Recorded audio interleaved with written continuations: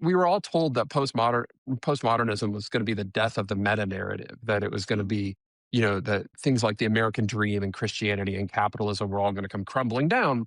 And that when that happened, it was going to fragment into such a way of individualism. And I think that was like the thing that set people, in ministry kind of most in a tizzy. And like the most pearl clutching and hand wringing that you can do is this idea that people are going to have their own individual forms of faith Right. or Christianity if they even subscribe to that.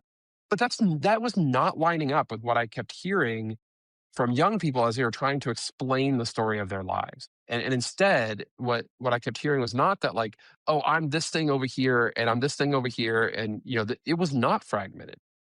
Instead, they were trying to work out every day all of these consistencies and inconsistencies and these incongruities and these things that fit and don't fit, and then trying to stitch them together in a way that they can live with fidelity. And let me be real concrete about that. So the questions become things like, how can I, say that I care about the environment and order all of this stuff on Amazon that comes to my house in cardboard, all the time? My son, for example, he was the only ally in his middle school LGBTQ plus group, and also was involved in ministries that wouldn't necessarily be welcoming to those people. He's like finding life in God there in some of those scriptures, but not taking all of it because he can't, with good faith, go back to his friends and say, yeah, I, subscribe to all of that. And so seeing them try to stitch all of these things together made me understand like, oh, one of the roles of us as adults is to maybe pick up this Catholic concept of accompaniment and like, how do you help them stitch together these micro narratives? Because we know what they're not going to do. They're not going to pick up